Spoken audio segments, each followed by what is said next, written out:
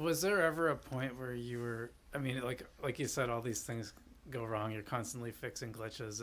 Did it ever get to a point where it was super overwhelming? And did you ever think like, oh my God, why am I doing this? It is overwhelming. Have that thought 10 times a day, at Really? least.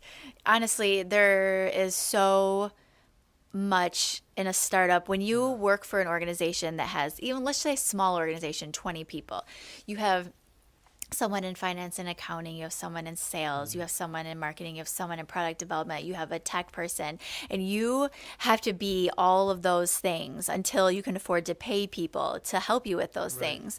And so, Kind of like being a podcast starter and fiddling around with someone else's microphones. yes, I mean, you have to learn how to do everything at least a little bit well. People are wondering what I'm talking about. We're in our new studio, which is really It exciting, is and cool.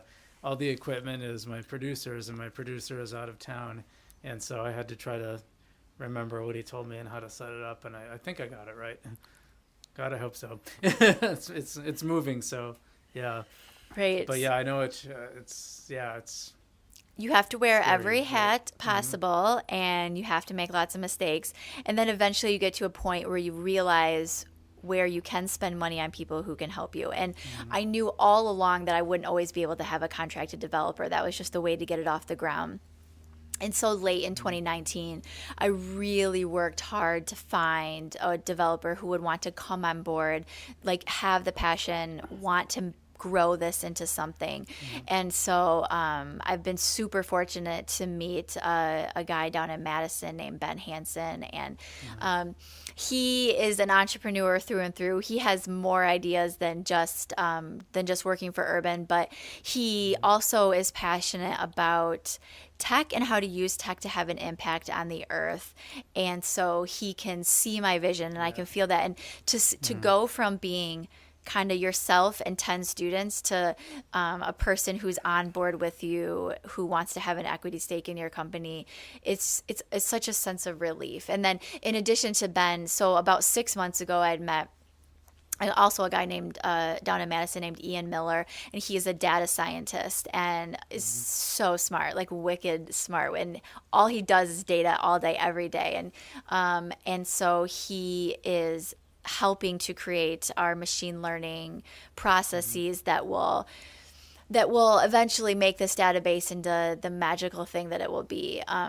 Right now it's small, but he's creating like mm, algorithms and such to grow it. And so now having Ian and Ben and myself, and we have that core team with the technical capabilities to actually grow this into what I think it can be. And then of course we have an amazing group of honestly anywhere mm, between 5 and 10, depending on the week, yeah. students from UW Stevens Point who are just working on a million different things. So Mm, honestly, we've gone from like late 2019 to me wondering, who is going to join me on this journey to now where we have a core team and a vision. And I think in the last 2 weeks, I think we've had 4 cold emails saying, hey, we're really interested in this. And so it's like you feel like you're moving so slowly, but honestly, you're moving so fast. And yeah. so the whole from no team to problems with the product to changing your product to Mm. implementing your product to helping you making sure your customers are happy, it's insane. It's awesome, but it's insane.